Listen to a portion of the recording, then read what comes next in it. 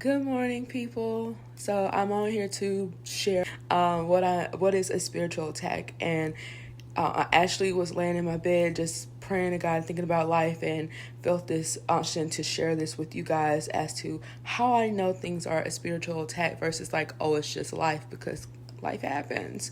Not everything is a spiritual attack, but how I know it is, or how you can discern that it is when you're trying to do things that God has called you to do, or you know that aligns to His word that's in the Bible. But the enemy like comes up against your things, barriers. He comes to get you by putting barriers, ideals, or other people, blockers to stop you from doing what God has asked you to do, or you feel this unction, this discerning, this desire to do. And so an example of that was last month I did a video about fighting depression.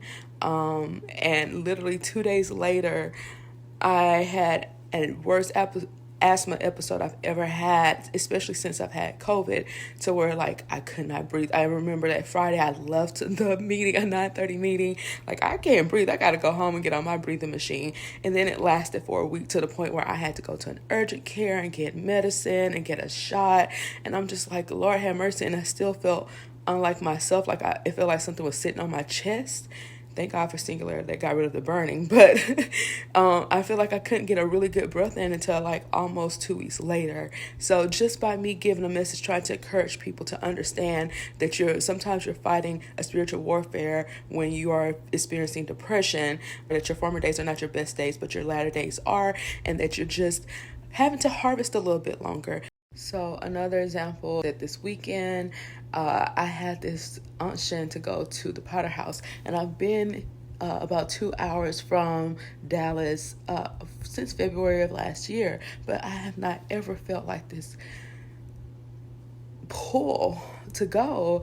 And even in that, I even got a hotel room just so that I wouldn't have to like leave at super early, get up at 3, get dressed, leave by 5, because you saw that traffic that I posted on my Instagram. And if you didn't, Lord have mercy, if you're going by 7:30. But with all that or whatever, the day before, or the day of and the day before, I realized it was spiritual attacks. Like, my friend had come in until super late. We had a late lunch. We went walking.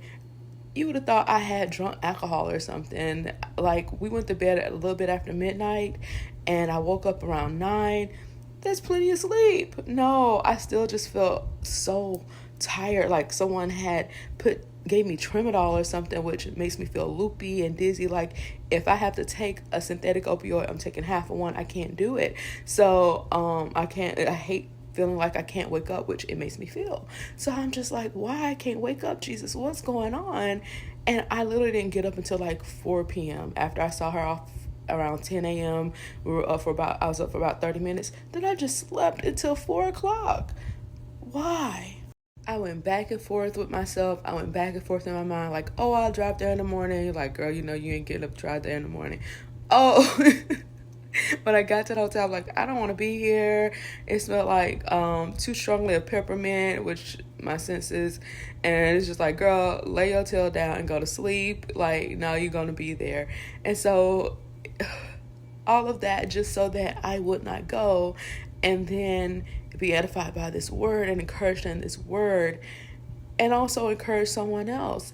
Other forms of spiritual attacks is like when I've made videos literally this spring, like end of May, June. Still ain't posting them, y'all, because I'm like, who are you to try to encourage someone with God? Like, you're barely trusting God yourself. You're barely, holding on to His word yourself. Like, you ain't got that same fire that you used to have. Doubting who God called you. God, what you call me for? Are you sure? Am I sure He called me? Or am I sure He wants me to do this stuff? Like, there's 6 million people in the world. What's so special about you? Doubt. Those are spiritual attacks to stop you from doing what God has called you to do. And the only way to fight it is to keep going, keep praying, keep encouraging yourself in God. And that's what's been on my mind. Like, when I was laying down, like literally y'all, 3 a.m., I had this song by Donna Lawrence, Encourage Yourself, in my mind, which I will do for my praise challenge today. But then I was thinking, like, what's going on here? And God was showing me, like, or replaying these spiritual attacks that's really been going on for quite a while, but I just keep holding on to God, and I needed to be in a Potter house to know that he sees me still seeking him. Like the words Sarah said were things that spoke to my situation, and I needed that edification. I needed that encouragement to keep going. And that's how you know, again, spiritual attacks to stop you from getting what God told you is yours. I posted a video last week of this prophet saying, the Jacob in you is fighting the Israel in you. The Jacob in you is fighting the Israel in you. And it brought me back to a dream that I had way when I first gave my life over to God. And God will give me things in dreams, mostly about myself, but he has for others.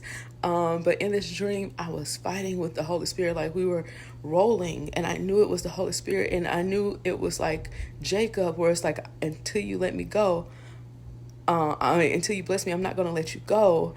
And, I also knew like it was this battle of wills.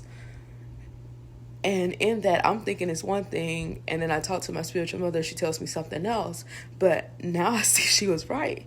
Like the Israel and Jacob and me are fighting. And I'm fighting who I am, who the world has made me out to be, versus who God has called me to be and told me who I am. Like my name. Lord, I looked up my name again, and I saw that Joe means God is gracious, and Cole actually means victory of the people. God is gracious victory of the people. God's gracious victory of the people. That is who Jacole, the trauma, and what the world has done is fighting. But guess what? God victory always wins. The Jacob is fighting the Israel in me. The Sarai is fighting the Sarah in me. The Abram is fighting the Abraham in me. The Peter is fighting the Simon in me. Actually, I think I said that backwards. The Simon is fighting the Peter in me. And the Saul is fighting the Paul in me. But y'all, every single time that person that God called, especially when you are walking with him, especially when you're telling the devil, we ain't stopping this, no matter what you throw at me, who God called you is really the one that's going to flourish, and what really is going to be remembered in the end. Yes, they're going to remember Jacole, the one who's much introverted, quiet, don't really do people, would prefer to be in her book, in her own little corner, her own little world, where she can be wherever she wants to be and don't have to deal with what she ain't got to deal with. But then there is God's gracious victory of the people who God has called me to be. And with that person, anything is possible. It's possible with God. All things are possible with God. And so in that, I encourage you to find out who it is that God called you to be, because that's going to help you fight that spiritual warfare that's coming up against you when you're trying to do things that God has called you to do. Hope you're encouraged. Bye, y'all.